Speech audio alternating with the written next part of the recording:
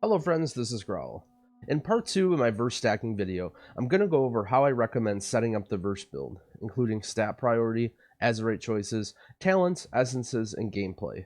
Keep in mind that I've only been running this build for one full push week, so I'm still experimenting a bit with everything and I'm definitely open to new ideas. Part of the reason I'm sharing this stuff is because I'd love to hear what you guys think and ideas that other druids come up with. I'd like to clear up one thing before I move on, however. In part 1, I mentioned seeing a large damage increase after switching to the verse build. I was specifically talking about compared to a pure mastery haste build with an emphasis on mastery. I maybe overstated a bit about the damage gain, especially considering part of which could be attributed to the increase in cloak resistance from week to week, as well as the weekly affixes. I just wanted to simply share my experience how it felt going from a very defensive healing oriented build to the verse build. Now that we got that out of the way, let's talk about stat priority. Verse, haste, crit, and then finally mastery. The goal is to have as little mastery as possible for the highest possible damage output. Verse is our best stat simply because we're running a large amount of versatile to amplify it, and we want haste to help with our spell casting time, GCD, and energy regen in cat form. Crit is a fine stat to have if we have a good piece with verse and crit, but we aren't looking to get much of it. Mastery should be avoided at all costs. However, a secondary stat priority could be used if you're doing lower keys and still gearing your character, where pure damage output isn't a top priority and you're mainly just looking to get through the dungeon. Remember, mastery is still a good stat for healing and is only avoided for the purposes of this build to achieve high damage. Verse over haste, then mastery, crit, and then int. If you aren't stressed about maximizing damage, you can move mastery up the stat priority above crit, since it's a very good healing stat and will allow you better item selection when you don't have to avoid mastery pieces. Although this is not what I use when gearing at the highest keys, you may find this easier both to heal with and to find items for. I don't really like to talk about stat breakpoints because they don't exist in a way that most people think of them. However, if you're looking for stats to aim for, my current setup here is around 55% verse, 35% haste unbuffed. You can see it in the top left. With stats, we should also talk about corruption.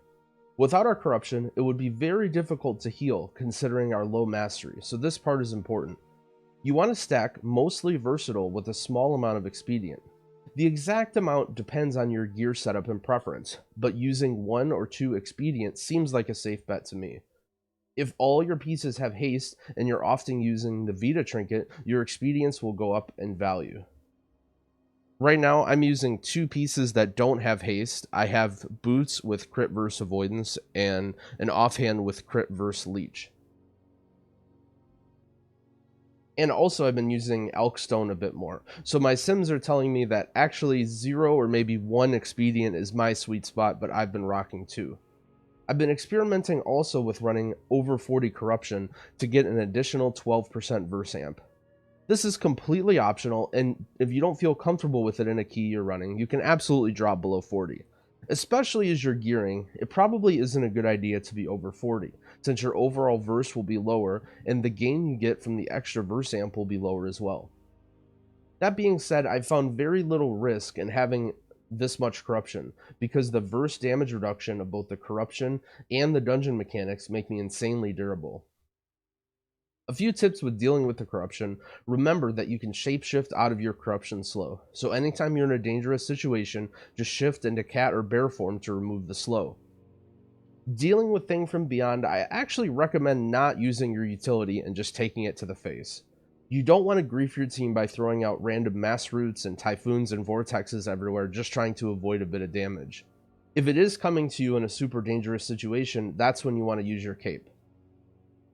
Now let's talk about Azurite. The rules with Azurite are more or less the same. We want 1 Grove Tending, 1 High Noon, and 3 stat traits. Now that we're stacking Verse Haste though, the only stat traits we're really looking for are Heart of Darkness and maybe Blood Rate. This more or less limits us to using the Raid Azurite. However, there are no Raid Azurite pieces with High Noon. The Azurite setup, so far for me, is the clunkiest part of gearing, and I'm still not sure what the definite answer is. Mott Helm is a great choice to use because it gives us all the traits that we need.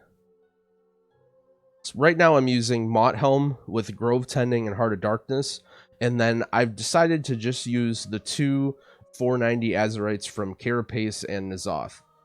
A lot of people ask me why I'm using these outer ring traits, Power of the Moon and Untamed Ferocity. These traits are actually not very good, and I'm mainly running these pieces just for the 490 item level piece with Heart of Darkness. It's possible that there's another setup that's optimal.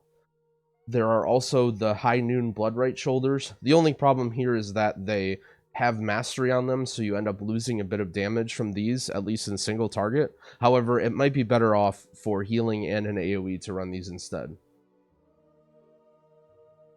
And then for essences, not much has changed. I would still recommend the same essence setup that I did before. I've been experimenting with a few different ideas for essences, and I wanted to share them here though anyway. So the first one is actually running World Vein Resonance. I still stand by that Ever-Rising Tide is the best healing major. However, World Vein sometimes feels better to use because it also helps your damage output more, and it doesn't drain your mana. I've been trying it in some of the harder to heal dungeons like Waycrest and Temple. I think it's a nice middle ground essence to use if you're worrying about you want extra healing, you don't want to just use Crucible for the damage, you feel like you need that extra boost. ERT is great, but especially in Pugs, you end up blowing through mana really fast, and ERT can be a bit hard to use, especially if you don't know the route. So I think World Vein is an okay middle ground where you can still press it very often for burst healing. It's not quite as powerful as ERT, but it has the added benefit of not costing you a ton of mana, so you don't have to worry as much about the use. The other thing I've been doing is I've been swapping out Well for Ever-Rising Tide in dungeons. Again, I still stand by that Well as an insanely powerful healing miner. I'm just looking for ways to maximize my damage in higher keys. Well still works with the verse build, and I was running it in some keys, and honestly it does almost just as much healing as it did with the high mastery build overall in a key. Now I want to talk about talents. The important thing to consider about talents is that we're running with much lower mastery than normal. This makes talents like Cultivation that apply extra hots less good. It doesn't mean that they're never used, it just means that I'm considering my other options more. The biggest change was running Soul of the Forest in Prosperity instead of Cenarian Ward and Cultivation.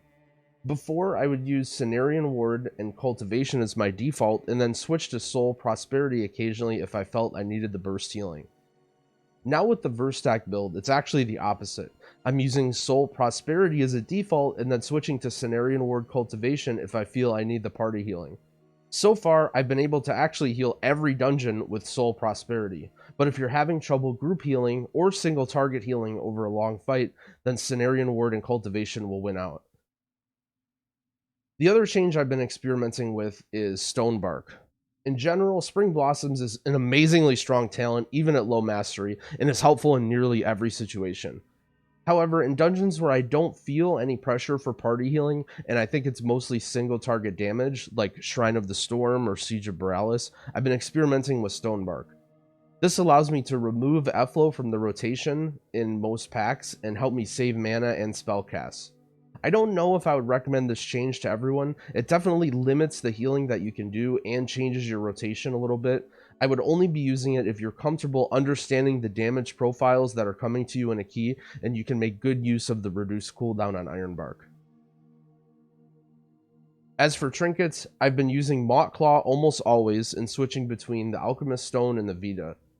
Normally, the Vita beats out Elkstone, but with this much verse amps, Elkstone does become an attractive option. Vita is slightly better for damage, mostly considering it's boosting your teammates' haste as well, so you won't always notice the damage difference. Elkstone is the safer option because it gives you more survivability and it also boosts your healing and mana potions.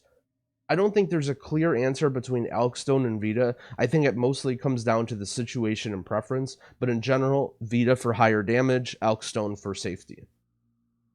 I did want to mention a bit on the playstyle. Not much has changed. You're more or less doing the same Resto Druid thing and going through the dungeon as normal. The biggest difference in playstyle will come from running Soul and Prosperity instead of Cenarian Ward. If we look here at the rotation, you're going to be mainly keeping Efflow and Life Bloom up as normal. However, once initial damage starts, if you have 2 charges of the Swiftmen, you actually just want to throw out your Swiftmen immediately.